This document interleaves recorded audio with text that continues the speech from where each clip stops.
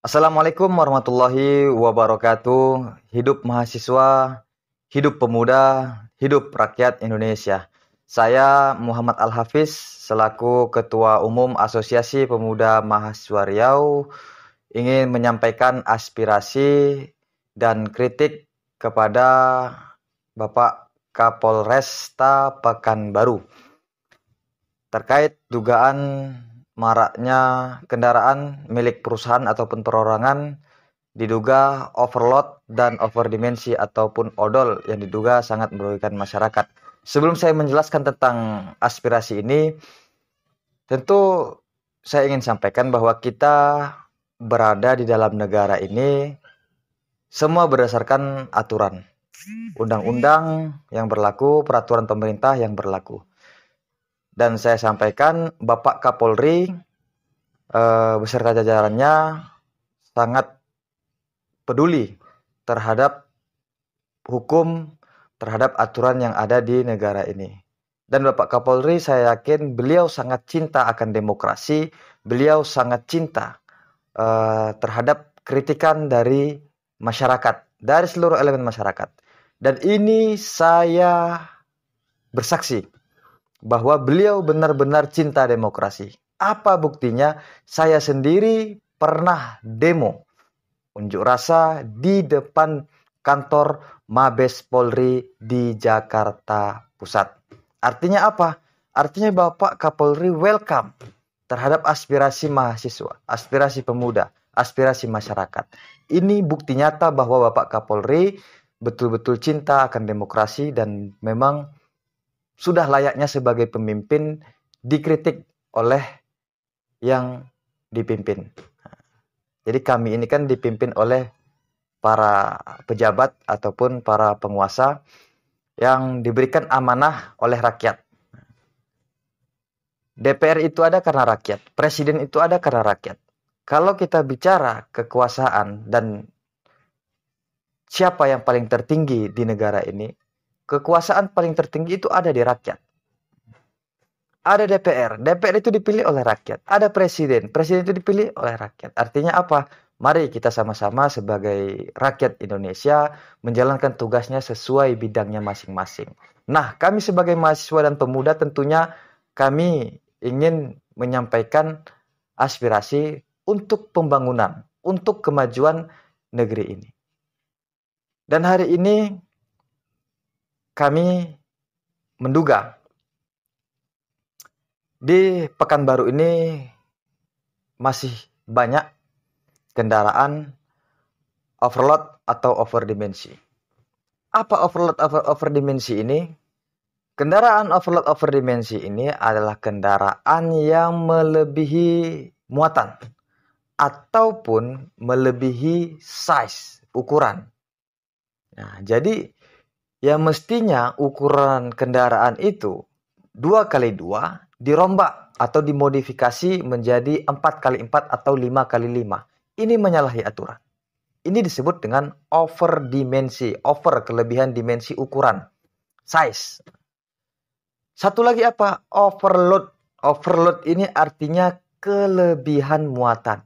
Yang mestinya kendaraan muatan itu menampung 10 ton dipaksa menjadi 15 ton atau 20 ton. Nah, ini menyalahi aturan. Apa aturannya nanti kita bahas. Apa dampak sampingnya nanti kita bahas. Pelan-pelan. Nah, kenapa ini bisa terjadi? Overload dan overdimensi. Nah, ini perusahaan-perusahaan yang diduga nakal, yang diduga mengangkangi regulasi yang ada di negara ini. Apa undang-undangnya? Undang-undang nomor 22 tahun 2009. Tentang apa? Silahkan cek. Nah, di situ disampaikan dendanya, pelanggaran-pelanggarannya. Turunannya apa? Peraturan pemerintah. Ini kalau kita bahas tuh panjang, mau nyampe 2 jam. Ini kita sampaikan inti-intinya saja. Siapa yang berhak menindak? Siapa yang berhak memeriksa? Siapa yang berhak menilang? Ada beberapa poin. Yang pertama disebutkan adalah Kepolisian Republik Indonesia. Nah, artinya apa? Kepolisian Republik Indonesia baik dari jajaran Polri, Polda, Polresta, sampai ke Polres, Polsek, berhak menindak kendaraan overload dan overdimensi. Nah, poin selanjutnya apa yang kedua? Siapa yang berhak menindak? PPNS. Penyidik pegawai negeri sipil. Siapa ini? Ya, penyidik pegawai negeri sipil ini di bidang lalu lintas. Apa, seperti apa? Dan apa lembaganya, instansinya? Dinas Perhubungan, Kementerian Perhubungan, terus turunnya sampai ke daerah. Di satu sisi, polisi berkolaborasi dengan Disub. Di sisi lainnya, Disub berkolaborasi dengan kepolisian. Tapi pada intinya, kepolisian berhak menindak. Apalagi ini kejahatan lalu lintas. Yang namanya kejahatan di mana dan kapanpun itu berhak ditindak lanjuti. Berhak dilakukan penegakan hukum. Dimanapun, kapanpun. Ini pelanggaran lalu lintas. Saya belum bicara apa dampaknya, tapi pelan-pelan nanti kita akan bahas. Kalau kita lihat atau kita amati atau kita survei ke lapangan, fakta lapangan, fenomena di lapangan, di jalan-jalan kota Pekanbaru ini, atau jalan Indonesia ini, atau jalan Provinsi Riau ini, banyak secara kasat mata yang melebihi kapasitas. Contoh, kendaraannya mengangkat TBS, tandan buah segar. TBS, tandan buah segar dari perusahaan-perusahaan perkebunan. Yang mestinya mereka memuat buah itu petak 1, ini analogi ataupun perumpamaan petak 1, dipaksa petak 3. Itu kalau tandan buahnya jatuh, kena orang, itu kecelakaan lagi. Apakah pernah terjadi? Pernah. Ini salah satu contoh. Kemudian apa? Dampak dari overload overdimensi ini. Jalan rusak. Infrastruktur rusak. Jalan berlobang itu salah satu penyebabnya adalah kendaraan overload overdimensi. Karena lebih dia muatan, lebih dia ukurannya, akibatnya jalan aspal itu bergelombang. Nah, ini terus menerus nih, bukan 1-2 ini kendaraan yang melanggar nih. Banyak. Nah, ini akibatnya jalan berlobang. Kalau sudah jalan berlobang, apakah ini bisa menghilangkan nyawa seseorang? Tentu. Berapa banyak orang meninggal karena nabrak lobang. Syukur-syukur kita orang daerah sini tahu lobang-lobang mana saja yang ada di jalan itu. Saya contohnya misalnya mau pulang ke Siak, saya sudah hafal. Oh, di tikungan ini di depannya ada lobang besar. Bagaimana dengan orang baru yang belum pernah dan tidak tahu, tidak hafal jalan-jalan yang ada di daerah sini? Nah, tentu ini kepedulian terhadap negara, masyarakat kita Indonesia, bukan kita saja yang ada di Pekanbaru ini atau di Riau ini. Tentu masyarakat luar banyak mempunyai kepentingan melalui jalan-jalan tertentu. Nah, nabrak lobang, jatuh dia. Syukur kalau helmnya kuat. Kalau helmnya tidak kuat, nah, belum lagi kalau seandainya dia jatuh, ada mobil atau kendaraan dari belakang. Syukur-syukur tidak kena, kadang terlindas. Nah, na'udzubillah, kadang terlindas. Apakah ini pernah terjadi? Pernah. Apa yang menyebabkan ini? Lobang. Salah satu penyebab lubang itu ya overload overdimensi. Nah, ini salah satu contoh, banyak lagi contoh-contoh lainnya. Jadi meningkatkan kecelakaan itu salah satu penyebabnya adalah overload overdimensi, odol ini. Kemudian, berapa banyak kendaraan yang mobil-mobil besar itu, yang melebihi kapasitas itu, yang melebihi muatan itu, remnya blong, mengakibatkan apa? Kecelakaan. Di lampu merah yang mestinya dia berhenti, ditabraknya orang-orang yang ada di lampu merah itu. Kenapa? Karena remnya blong. Penyebab rem blong itu salah satunya ya karena overload atau overdimensi. Melebihi muatan dia. Kendaraan ini.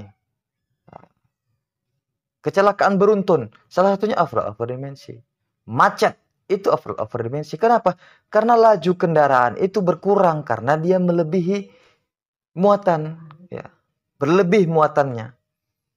Ketika kendaraan di belakang, ya, ketika kendaraan ini di belakang mau menyalip, dia menguasai jalanan.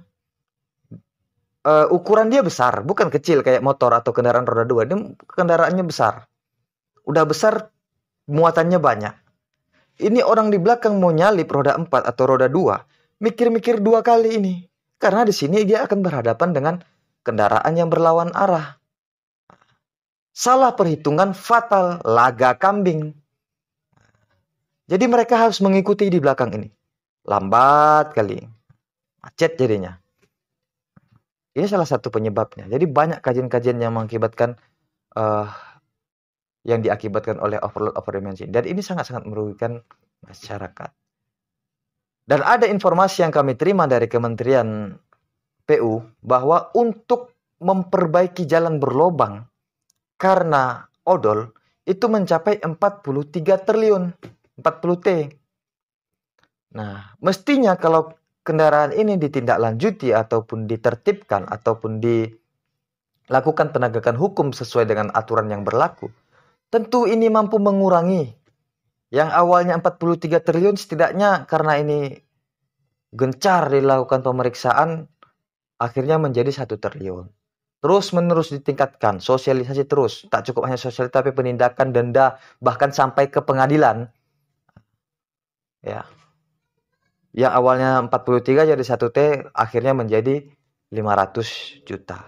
Ini kan harapan yang diinginkan oleh masyarakat.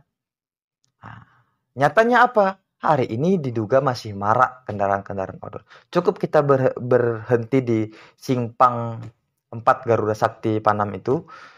Kalau sore banyak itu kendaraan yang diduga secara kasat mata itu overload. Kalau overload ini lebih mudah kita melihatnya. Karena kalau sudah ini bak tapi dia dipaksa berlebih-lebih itu overload bisa dipastikan. Tapi kalau overdimensi memang harus ada ukurannya dan ada juga kirnya.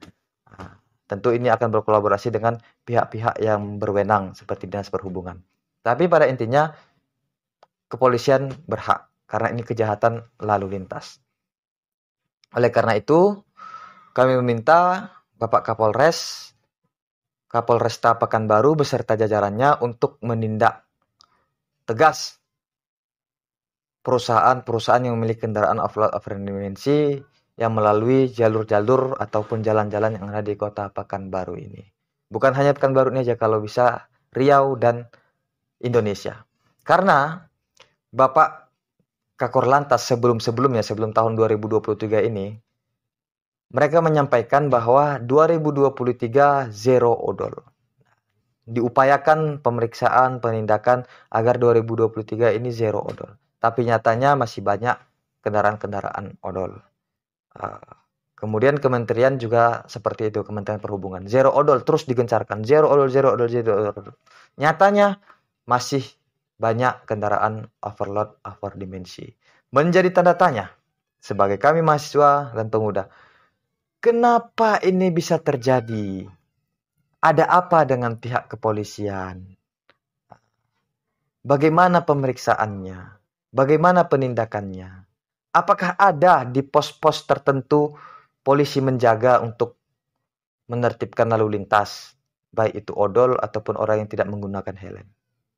Kalau ada, alhamdulillah. Tapi setahu saya, kalau saya salah, mohon dikoreksi. Setahu saya Jalan Garuda Sakti Simpang 4 itu jarang ada polisi yang standby seperti di Jalan Sudirman. Kalau di Jalan Sudirman itu ada. Sewaktu-waktu kita lihat lewat sana ada polisinya yang pakai baju rompi. Tapi di sini tidak ada. Padahal jalur-jalur lintas, jalan-jalan yang dilalui oleh overdimensi ya di situ. Kemudian di mana? Jalan Arengka Ujung, stadion ini, arah mau ke stadion tapi lurus ke sana. Kan ada pos juga itu yang kalau ke kanan kita arah ke SKA. Di sana itu banyak kendaraan-kendaraan odol yang kita duga ya secara kasat mata.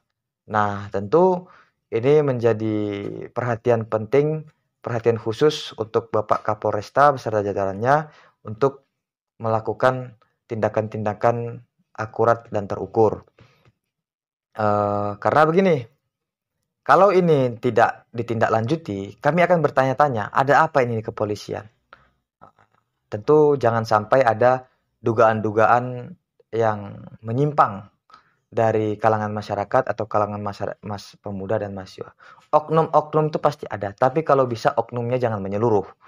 Nah, mahasiswa ada oknum yang begini, itu kami akui, ada juga mahasiswa oknum-oknum yang begini. Pemuda oknumnya ada juga. Tapi kalau bisa oknumnya jangan ke semua, jangan keseluruhan. Ya, setidaknya oknumnya 1 2 3 oke. Kalau dia menyatakan bersalah, tidak. Tapi kalau sudah seluruhnya, itu menjadi tantangan. Tapi saya yakin kepolisian betul-betul menegakkan hukum berdasarkan aturan yang berlaku. Betul-betul cinta terhadap demokrasi. Dan ini saya apresiasi betul terhadap Bapak Kapolri dan beserta jajarannya sampai ke Polsek, sampai ke kampung-kampung atau ke desa-desa. Demikian dapat kami sampaikan, dan insya Allah dalam waktu dekat kami akan menyampaikan aspirasi di depan kantor Polresta Pekanbaru. Harapannya ini dapat ditindaklanjuti karena sejatinya pemuda, mahasiswa sebagai agen of change, jantungnya masyarakat, maju mundurnya negara yang tergantung kepada pemuda, cita-cita bangsa ada di pemuda, pemimpin yang akan datang itu lahir dari pemuda hari ini. Jadi pemuda hari ini adalah pemimpin yang akan datang. Lantas tidak mungkin pemuda itu tidur di atas tempat tidurnya atau bermain game sepanjang waktu atau bermain sosial media, TikTok, Instagram, WA, atau berpacaran di luar sana. Tentu pemuda yang diinginkan adalah pemuda yang merelakan jiwa dan raganya untuk memperjuangkan negara, aturan yang berlaku di negara ini. Karena pantaslah Bapak Proklamator kita, Bapak Bung Karno menyampaikan, berikan aku 10 pemuda, akan kuguncangkan dunia. Yang dibutuhkan berapa? 10, tidak 100, tidak 200, tidak 300, tapi 10.